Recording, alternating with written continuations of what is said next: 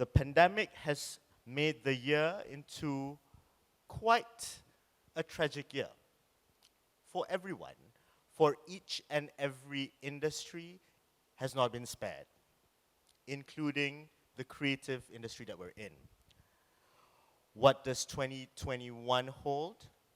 So together with me today, as you know, as has been introduced by the MC, is artist Nini Marini, the roses among the thorns, and at the very end, William Harold Wong, an urban identity designer, which is quite exciting. I would like to ask you, what is it that you do in a bit? I'm still guessing. Festival director, next to him, Sidek, and Raymond Miranda. Do we need to reimagine, reevaluate, review, relook at the industry? I think in the creative industry, you have to do it every year, not just during the COVID. I mean, for me, for instance, like every 5 years, I look at myself and I reimagine where I am, what I want to do, am I relevant? So I think the COVID period has been really good for me personally. Looking at businesses, particularly in the creative arts and culture industry, what do you think 2021 holds for these businesses, be it startups or businesses that have already been running? So I think both in terms of reinventing ourselves, it's an important call across every industry. So the question is not just about the creative industry, the question is every industry has to reinvent itself. Now, is there an urgency that the creative industry has particularly? And the answer is absolutely, as Najib pointed out, right? As we move into some horrifying statistics where 47% of the world could be automated, the sense and the urgency of looking at creativity as beyond just the form of expression, but the form of human development, the form of human sustainability, we're called to step up now. Well, the creative industry is so competitive. So I believe in this like unique selling point, who are we, right? I mean, an interesting project I'm working on now is Malaysia, 2,000 years ago, was the gateway of the world, East and West. We were selling elephants to India, from Sungai Batu to Penang to Malacca to Johor. We were the ports of the world. We were trading in culture. And so why can't we resume that? Yeah, so one of the reasons I sort of pivoted my career into with startups was largely this conversation of solving pain points, a mantra that the startup had, right? And the startup has, they're solving pain points in a customer that they can scale up using technology. This was really interesting for me. And I think artists, when they begin to think about as we begin to think about solving actual pain points in the world, we are able to be relevant in a completely new way. And to think about how to solve a pain point, using technology or using other means, requires us to think about our art beyond our company. So I wish we could collaborate and do something to tell the real story of Malaysia. I mean, we got the content in the museum, we got designers, we got artists, and we got the researchers, but we don't have a good exhibition going overseas to tell who we really are. Governments have a very strong role to play to sort of help us reimagine where these sectors are. But simultaneously, this is a new world. We are humbled by the fact that one person in some room will move it faster than us. I would say, I know for a fact that MOF and My Creative Ventures and Chandana has been dishing out a lot of help for the creative industries. It's not that government has not helped. And I think it's, kalau tak tahu, kita diajarkan. You know, I feel as if it should be, like Raymond said, I think Najib showed a little graph of what an individual affecting an entire community. The government should be a jigsaw piece too.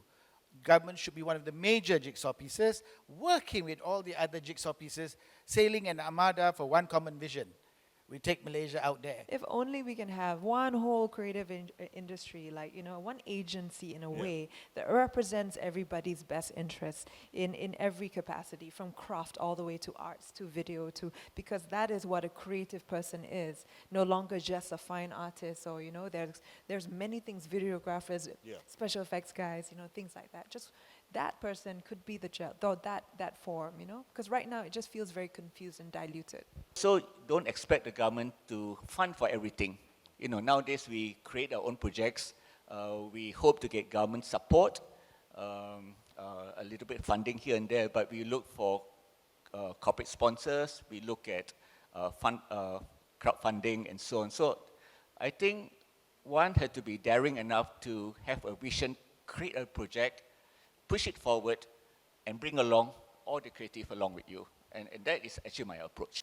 Is corporate Malaysia doing enough to work hand in hand with the government to activate, to further create sustainability in the arts and culture sector in Malaysia? They can do more. I think a lot of the funding that I find from corporations are usually in their R&D or even in their marketing fund. If they're like, oh, we're going to work with an artist for one particular project, I think, but they should be incentivized. I think that's, how we talked about the collaboration Yes, partnership that's right. idea. I think they should also have some sort of incentive to at least once a year do a project here and there, like a creative project to cross, because they need the creative injection too. Like Media Prima, it's full of artists. They need to have the rejuvenation so that the artists within that corporation can thrive. Can I touch on that? Sure. See, we don't have a history of patronage of the arts like the West, right? But if you look at Singapore as an example, take Wild Rice. It's a theatre company. Their tickets for a virtual gala dinner was 1,000 singing for a ticket, 10,000 and 25,000. Why? Because corporations are given 250% tax incentive. So they will give. So this theatre company has survived because they've had commercial companies supporting them. Malaysian companies do support. They want to support. So I think we just really need to look at the system. And everybody wants to blame the government. I don't. Thank you for reminding me of that, because you know what, at the end of the day, we're talking about mental health, and a lot of our artists are actually depressed, and because they cannot see past their occupation as a painter or whatever. But I think to address that immediacy, we need to tell them, you're a script writer, you can do this, this, this, to start. And then get them to a point where they're elevated, and then take them to that next level Nini, you were talking to. question, who needs to tell them?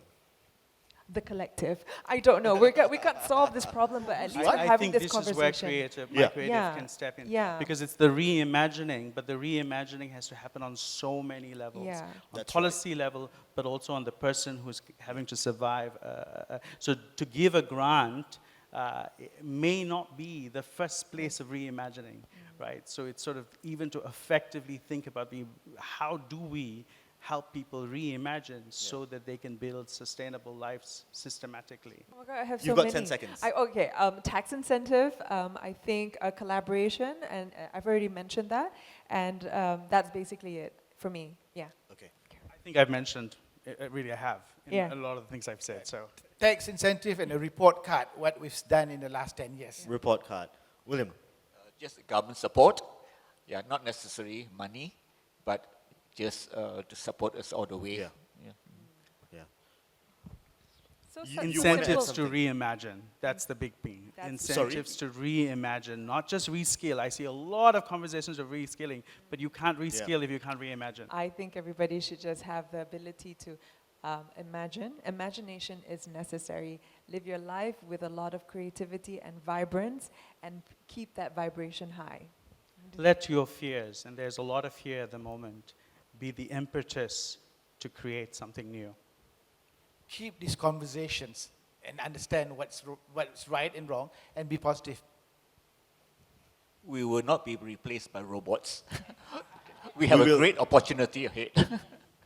Yes, so let's continue breathing soul into the creative Malaysia and not let robots take over. With that, thank you so much, all of you, for this amazing session. Thank you.